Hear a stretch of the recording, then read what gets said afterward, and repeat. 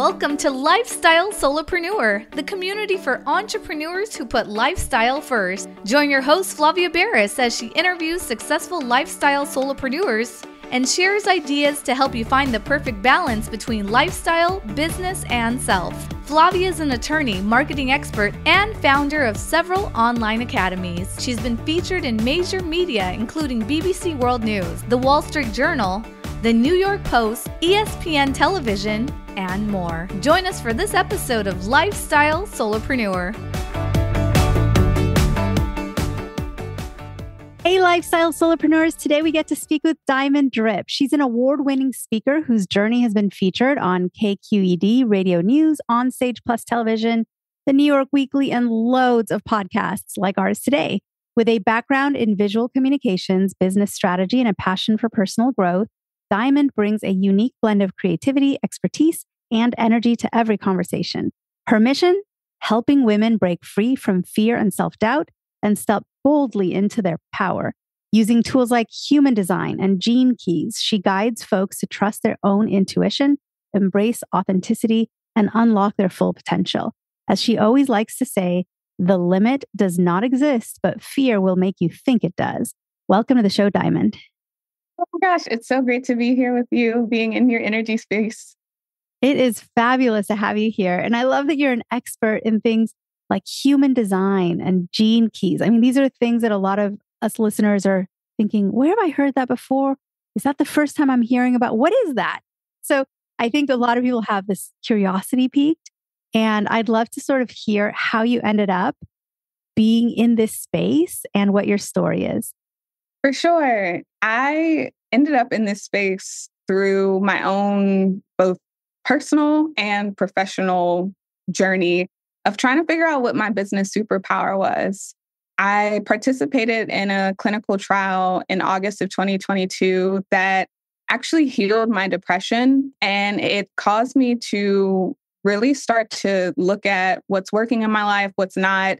And at the time, I was a business owner of 2 businesses. I was pursuing my visual communications degree, and I'm also a mom. And so it felt a lot like my life was running me instead of the other way around.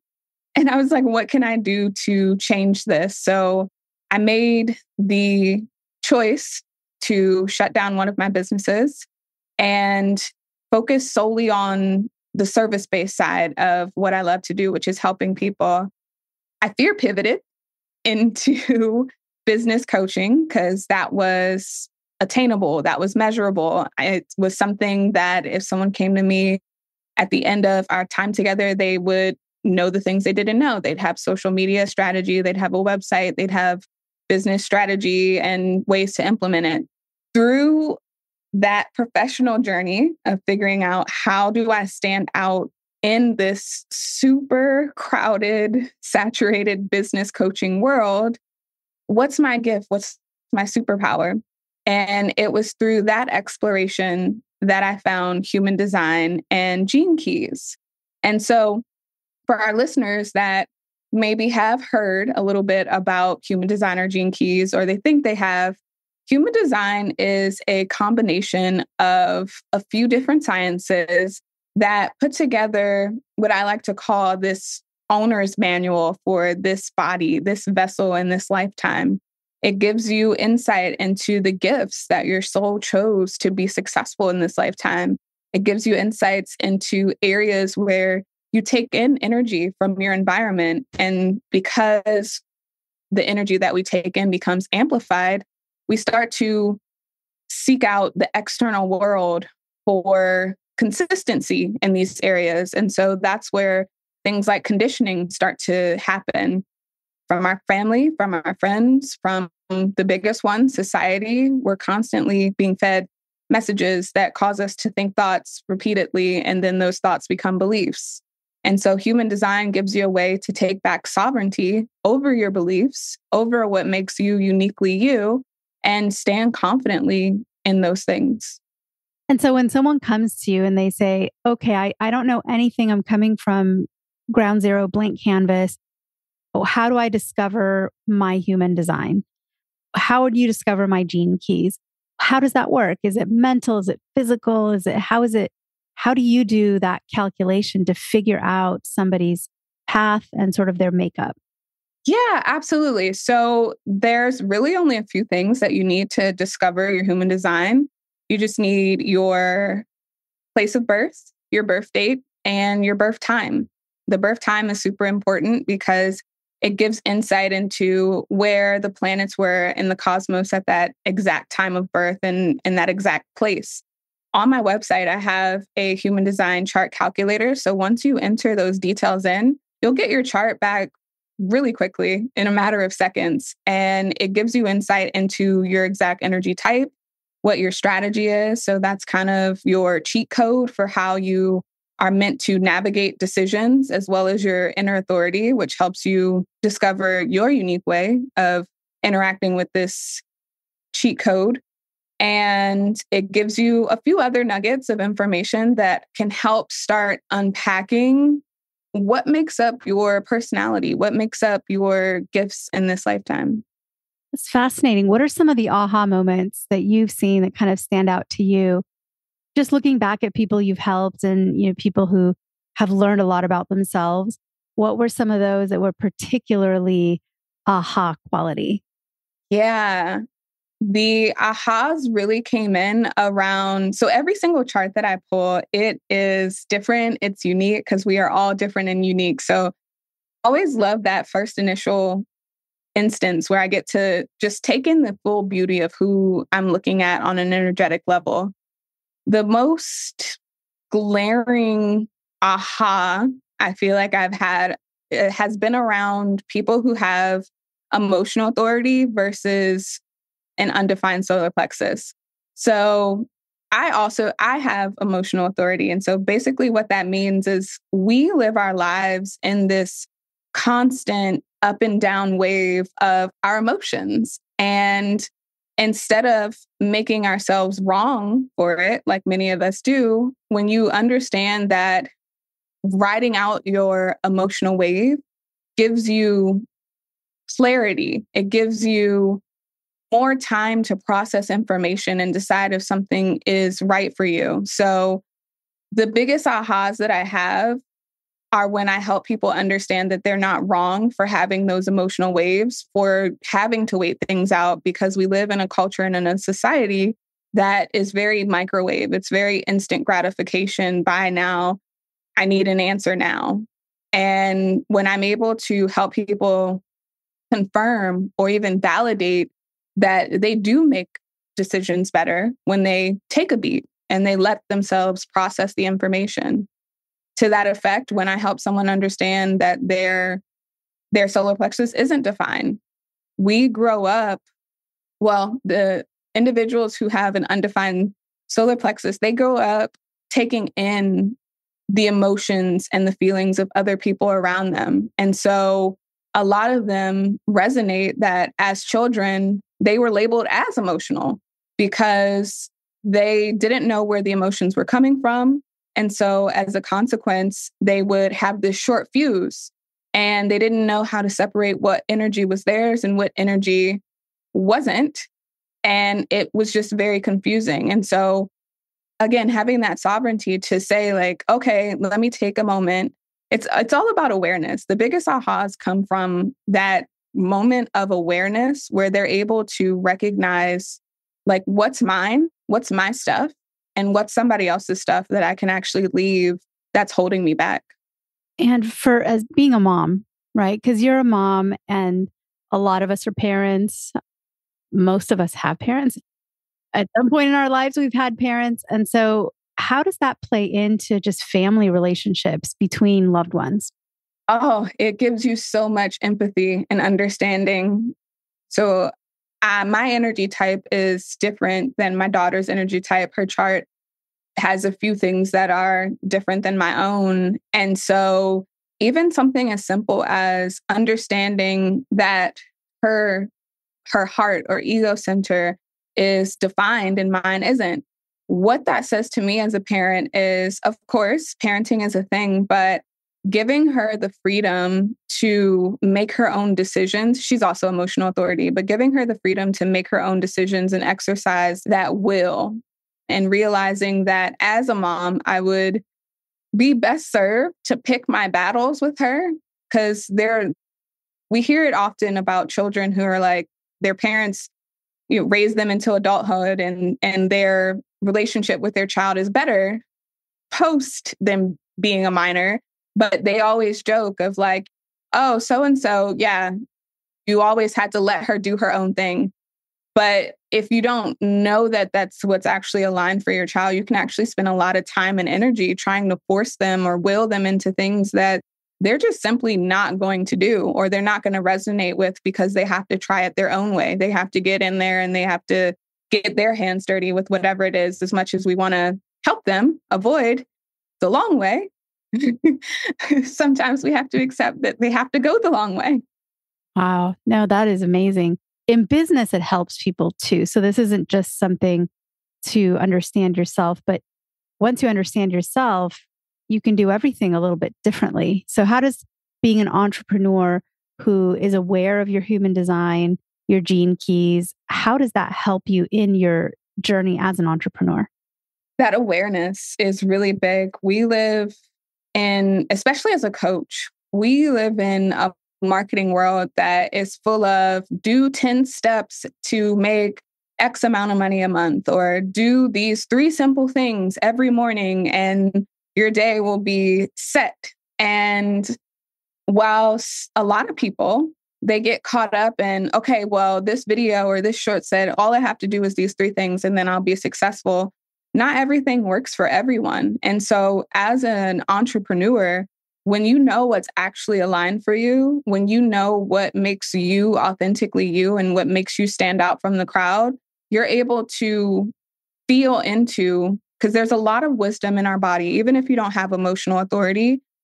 6 out of the 7 authorities in human design have to do with a feeling, whether it's a gut feeling from your spleen, whether it's a sacral feeling, that internal whether it's emotional authority, and having that initial and then checking in with yourself over time to make sure that it's still that. When you understand how you make your best, most aligned decisions, you don't jump into things. You don't become subject to what some people have coined as new shiny object syndrome, where someone dangles the new carrot that they say is going to bring you success quickly. And then you veer off the path and you're like, oh, this will get me there sooner. And so you veer off the path of what would work for you organically over time just to chase the new thing. And then when that doesn't work, you're pretty much back at square one, trying the thing that you were already going down the path on. So when you know your unique strengths and gifts, and when you know what's going to work for you, when you know how to make your own decisions from that internal place of groundedness, it just serves you so well, because you get less distracted. You get less caught up in comparison and imposter syndrome and the things that actually hold you back from success. Do you consider this career that you're in to be a lifestyle career? How demanding is it on your calendar, on your schedule? How do you keep yourself balanced? Yes, I do consider it a lifestyle career. And I used to try and fit as much into a day as possible. I'd like to call myself a recovering type A perfectionist. And now I'm starting to honor my boundaries more. As a solo entrepreneur, especially if this is what you're doing like full time, this is one of those situations where you actually have control over your schedule. Your inner critic, your brain may try and convince you otherwise, that you have to pack in all of these things in a to-do list on a day, but you have every bit of control on what goes onto your calendar. So time blocking is definitely something that serves me well. Having limits on how many of the different tasks get allocated certain hours to, having set work hours. When you are a lifestyle solopreneur, especially when your business involves personal growth, sometimes the lines can get a little blurred, because you're like, I'm not working on this for someone else. I'm working on me. But if it has to do with your work and you don't have hobbies, or you don't have or make time for yourself outside of the personal growth, outside of the things that you're doing inside of your business, working in and on it, then it's a fast track to burnout. So for me, time blocking really helps. Setting work hours and honoring those work hours has been super helpful because I do love what I do. And it is hard to sometimes tear myself away from it. But I know that tearing myself away to give myself the time needed to restock and recharge is what's going to keep me being able to do what I do and love it and not resent it in any way. That's great. I love that. For me, my next question, it's kind of technical. And I guess I'm coming at it from my own perspective because my daughter was born 2 months early, which is pretty early. And so, she missed her scheduled arrival date. She missed her ETA, her arrival time on that big giant board that is you see at the airport. I mean, she was off by 2 months. So how does this science work where it's based on your birth time down to the hour, the minute where you arrive into the world? But then we have this variability in how kids are born, where maybe an emergency C-section, someone was kind of in labor and the baby was going to be born in 3 hours kind of naturally. But then the medical team goes in, it's a C-section, it's all of a sudden, and then the kid's born an hour, 2 hours earlier. So how does it all work?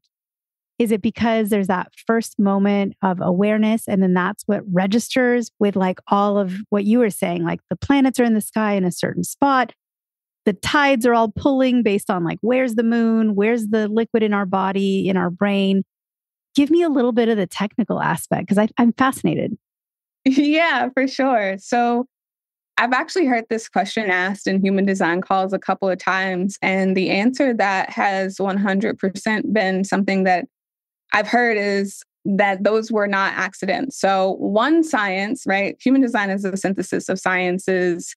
And so what goes into your human design chart is where the planets were. Well, part of what goes into your human design chart is where the planets were at your exact time of birth and place of birth and date of birth. And that forms your personality side. 88 days before that point, you had another imprint of information. And so that formed your design side, your unconscious side. It doesn't necessarily matter that one science predicted, conception was this date, and 9 months after that is when this child was supposed to be born. A lot of the answers that I've heard experts like Karen Curry Parker say, or even the founder of Gene Keys, Richard Rudd, has said is that the soul was ready at that time to incarnate. It felt as though it had what it needed at that exact moment. And so no matter when it was predicted that the child would be born, that exact imprint that happens at the time of birth and 88 days prior to that, that's what forms the unconscious and conscious side. It's so fascinating, truly. So when people come to you, what is the reasoning usually? So someone finds you and they're interested. Is it usually that they have a crisis in their life? Is it mostly just curiosity? Is it kind of word of mouth? They've done the reading and then they want to find someone like you to help them sort of develop and learn more about themselves. What's the normal path that someone reaches out to find you on? Yeah. So word of mouth is 100% something because I am on podcasts. I am out there online networking and in-person networking on occasion. But the main way that people find me online just through searches and things is they've either had a major health scare, like they burned out their adrenals, things are not clicking. They know that a change is needed because their health is saying so. Ulcers, anxiety, depression, things like that. They know that something needs to change, but they're really stuck and they don't know how to make that change. And everything that they've tried in the past that has been recommended as a generalization, it hasn't felt quite right. It hasn't fit. There hasn't been enough encompassing of them into whatever the recommendation was. And so similarly, when it comes to the business clients who find me, they have tried all of the one size fits all methods. They've tried the do these 10 things and you'll make 15K in your business passively a month. They've seen the ads and got swept up in that new shiny object syndrome. And they just want to find something that works for them, something that takes their gifts and their strengths into account in the plan and not just these overarching generalizations. They want something that is unique to them. I love it. What do you have as sort of words of wisdom for someone who's listening to this podcast? Because, everything's kind of meant to be. So if you're listening and of all the podcast episodes that could pop up on your phone or you could choose from, this is the one you picked. So this means something for you. So Diamond, what do you offer as some kind of inspiration for someone that ran across this, is listening to you now, and is looking for inspiration and motivation? Absolutely. I would say, and it's funny because that saying that I like to say is so on brand. There is no limit whatsoever. Our brains that have formed these thought patterns of negativity and that inner critic that can be so loud sometimes tells us that there's a limit to our happiness. There's a limit to what's possible. And that's absolutely not true. When we shift and we accept that we are these infinite cosmic beings, we are the stuff of stardust. We make things happen. Law of attraction, as we know, is a real thing. If you put positive thoughts into the universe and you use those and you concentrate your efforts on making things happen, things will happen.